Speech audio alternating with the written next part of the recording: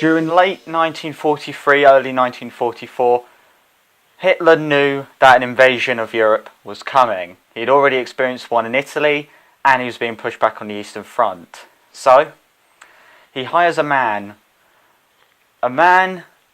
who is a rocket scientist. His name is Wernher von Braun.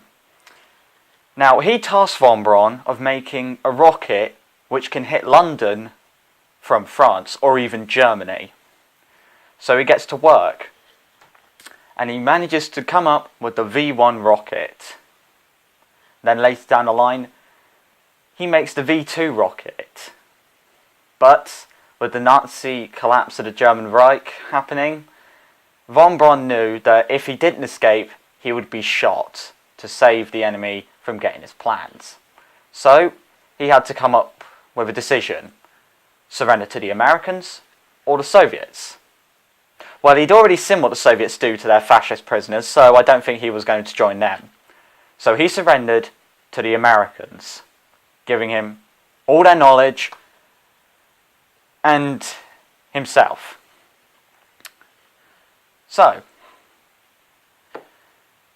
that is the end of World War II, but during mid to late 50s, news hit of a Soviet satellite called Sputnik 1.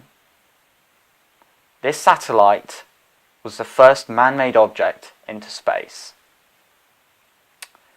This stunned the West at the technology that was now capable, and the space race had begun. So, the Americans called upon the work of von Braun again to send their own satellite into space. This time for scientific purposes, which they managed to do before the end of the 50s. But by that time, the Soviets had already sent the first living being into space. Well, it was a dog, but it died of overeating, sadly, so rest in peace. Now, the Soviet Union people were furious that that the space program had no intention of bringing this dog home, but oh well, let's just move on, said the Soviets.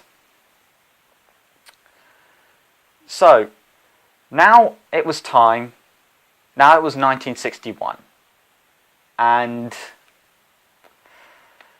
well, more news from the Soviet Union. The first man in space, Yuri Gagarin, a young boy who was volunteered to go into space, and he spent a whole 92 minutes up there. Now, I would describe the experience, but you can sort of see what happens. Now, in 1961, who's the President of America? Our good old friend JFK.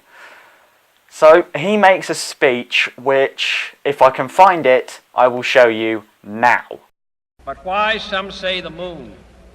Why choose this as our goal? And they may well ask, why climb the highest mountain?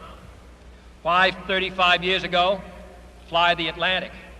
Why does Rice play Texas? We choose to go to the moon.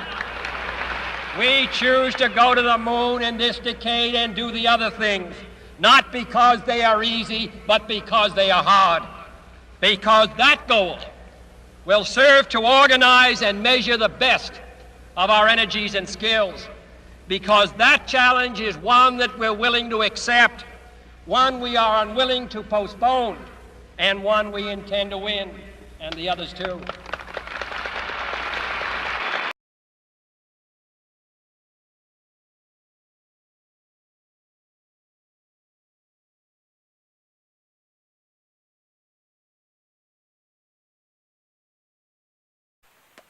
So, NASA was born,